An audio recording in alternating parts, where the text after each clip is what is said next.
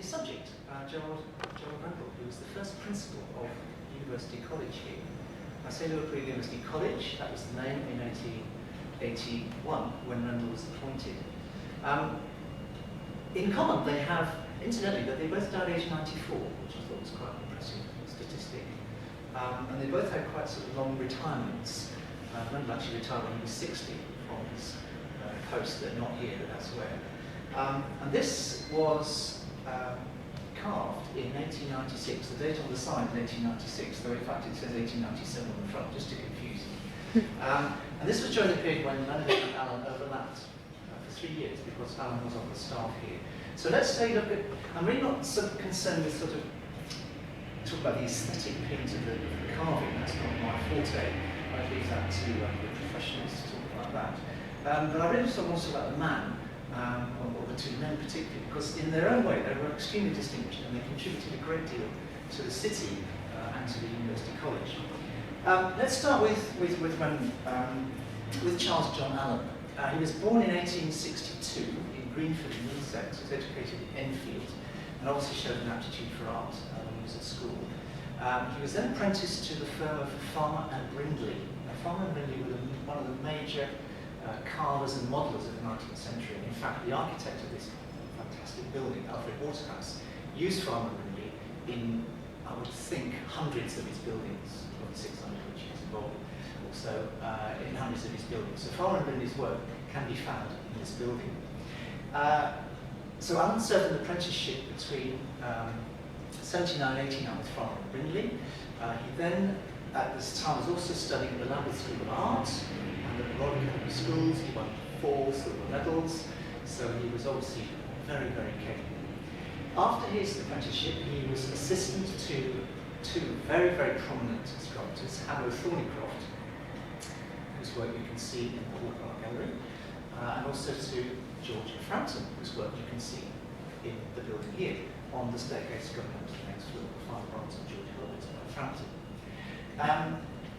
I think Thornycroft actually was in Paris for much of this time, so Frampton was also involved in Allen's career. He then changed his tack and he accepts a post here. He's appointed to the Department of Architecture and Applied Art in 1894. And he serves here until 1905 when he leaves, and he goes to be vice principal of the Liverpool Municipal College of Art in Mount Street. There he works until his retirement in 1927.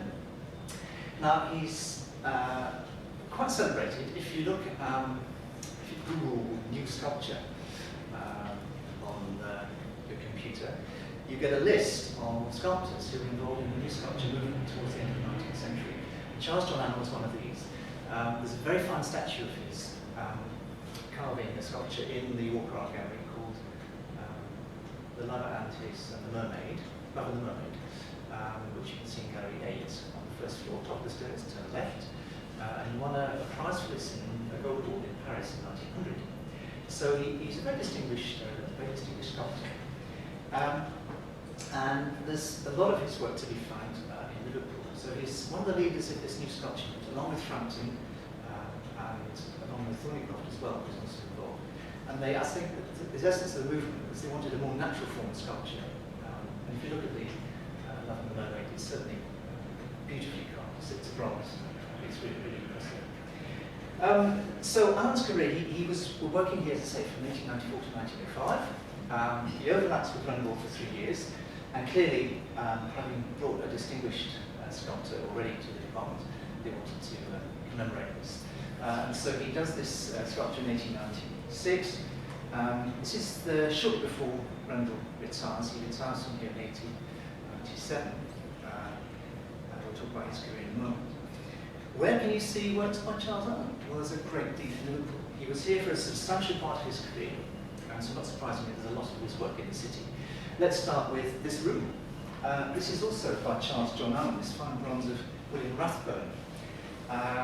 Downstairs in the Great Hall, the War Memorial, in the First War Memorial, is carved by Charles John Allen, although not designed by him. You've also got on the floor, the stairs going down to the ground floor, fine alabaster of Charles Jones. That's also by Charles John Allen. So there's a lot of his work in the building. around the city. Perhaps his most prominent work would be the Queen Victoria Memorial in Derby Square. All the bronze work is there by him. The statue of Queen Victoria herself, and all the carvings, or little groupings around the statue. He's done a frieze for the Royal Insurance Building in John Street. He's done planned 2 plaques on the plateau of St George's Hall. You can find, as I say, a lot of his work around the city. So he's a very distinguished man. So how about his subject? Right, Gerald Rendall, rather different background. His father was a master at Harrow School, top public schools in the country, and I suspect a classics master in view of the subject that Gerald takes up. So he's born in 1851, so he's a little bit older than Alan, and he goes to Cambridge, Trinity College, Cambridge, graduates there in 1874, and straight away he's appointed as a fellow and assistant tutor in the University College. So he's obviously a pretty bright fellow. He's there from 1874 to 1881. And he tells us, by the way, this is a little picture here, which Warren knows all too well. I'd like to pass that round. It's in the university collection, actually. In 1880, Rendall has an interesting story. He writes that he was having lunch in Cambridge on May Day with a group of his colleagues, and 3 visitors arrived from Liverpool. And the 3 visitors are interesting people. There's one of them, William Rathbone. There's another, Charles Beard, who's a Unitarian minister. And the third one was Christopher Bushell, whose statue you can see down in the main hall. He's the one who looms over you as you have a coffee. And these 3 gentlemen come all the way from Liverpool. I don't know whether they knew that Rendall was there or Rendall knew they were coming. Anyway, they offered him the post of principal of Liverpool University College, which was in the process of being founded. This man in particular was busy fundraising, and Rendall was the first appointment. So he comes to Liverpool, he takes up his position in 1881, the university starts in 1882, he's principal here until 1897, and he does a huge amount of work. He's a very interesting man, actually. And one question I do not know the answer to, so I'll ask myself the question, why was he appointed? He was 30 years of age. So he had no time really to sort of be an experienced academic. And he wasn't, as you might expect, a dry and dusty classicist in his classics was his subject.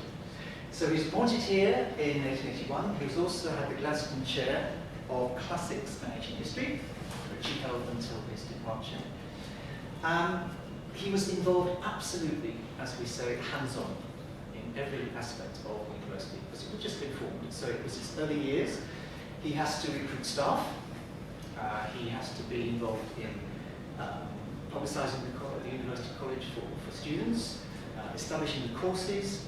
He was very interested in evening classes, which were put on from the start. He was very interested in co-education, so it's male and female, apart from medical school, which wasn't part of the university at that point. He was also very interested in studentships for working men. So very much, I think, the man for the post at the time, as Liverpool was trying to get up into university status to rival Manchester, Leeds, and all these great northern cities that were universities had been established already. In 1891, he was appointed vice principal of Victoria University. Now, bear with me here, this is a bit tricky.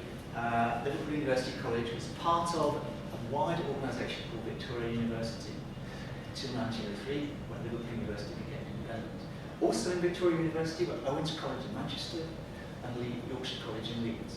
Also incidentally built by the same architect who built this building here. So that point was actually given a pretty heavy workload.